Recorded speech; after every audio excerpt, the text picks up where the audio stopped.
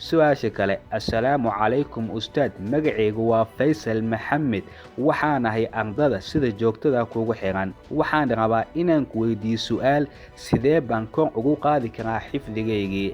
Maxaana sababa xifdis la'aanta iyo qofka inuusan waxbaba xifdin karin? Mahadsanid Ustaad.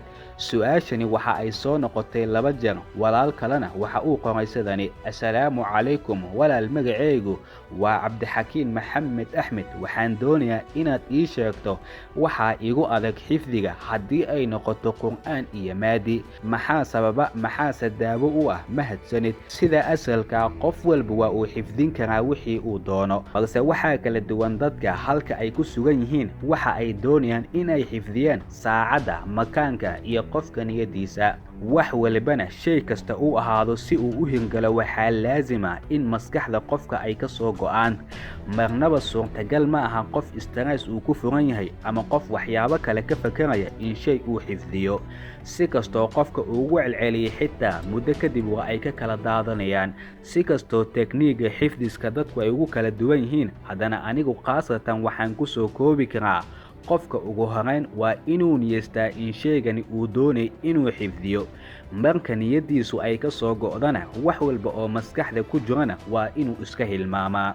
Meel aanan buuq lahayn oo qofkuna wax aysan ka mashquulinayn waa inuu wax ku xifdiyaa. Dabcan waxyaabaha la xifdinayna sida ay u kala duwan yihiin ayay u kala dhib badan yihiin. Dad ayaa waxay aad ugu fiican yihiin xifdiska nambarada, halka dadka kalena xifdiska nambaradu ay aad u dhibaan. Ugu horeyn, shayga aad xifdinayso waxaa qasab ah in shaygaasi dhowr qaybood aad u kala qaybisaa. Haddii cashar iskuul ah uu yahay shayga aad xifdinayso, waa inaad baaragraafka aad doonayso inaad xifdiso aad kala soo baxdaa macluumaad yar oo baaragraafka kuu koobaya. Waxaa kuu sahlanaanaysa intaa kadib, haddii aad macluumaad kooban baaragraafka aad kala soo baxdo, inaad si sahlan ku xifdiso. Haddii aayado Qur'aan ah ay yihiin waxa aad xifdinaysana, waa inaad ugu horeyn aad u kala qaybisaa sadar haafkii ama kelimado waa inaad bilowgii carabkaadii aad ku jilcisaa.